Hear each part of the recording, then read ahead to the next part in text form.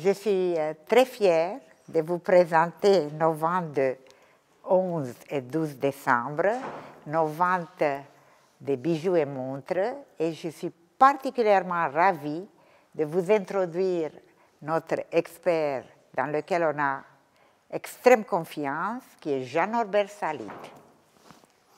Cette broche est un cadeau royal, le roi de Bulgarie, à une comtesse française qui épouse son Premier ministre, mais c'est surtout une œuvre de Frédéric Boucheron, la grande aristocratie de la joaillerie depuis les années 1860, et qui a investi le premier la place Vendôme en 1893. C'est un bijou branche de lilas, la récipiendaire adorait le lilas, ça lui rappelait sa Savoie natale, ça faisait partie de la corbeille de mariée.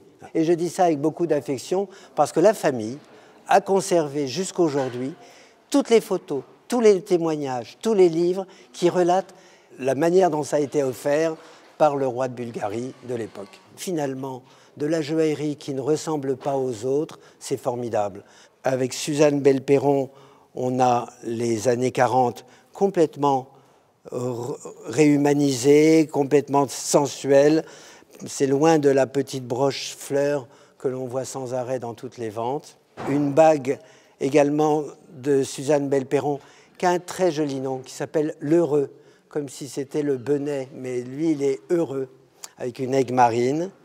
Et une bague excessivement avant-gardiste pour l'époque, avec cette citrine hexagonale. Sa signature était son style, mais elle conservait tous les souvenirs de ses clients, entretenait des rapports excessivement proches avec ses clients, dont la duchesse de Windsor. C'est ainsi qu'on a redécouvert, après quelques décennies d'ignorance, les grands bijoux de Suzanne Belperron en 1987.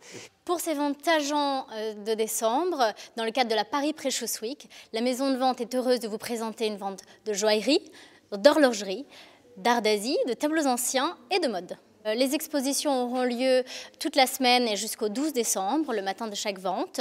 Nous y présenterons un peu plus de 600 bijoux, un peu plus de 200 montres et de nombreux objets d'art d'Asie et tableaux anciens.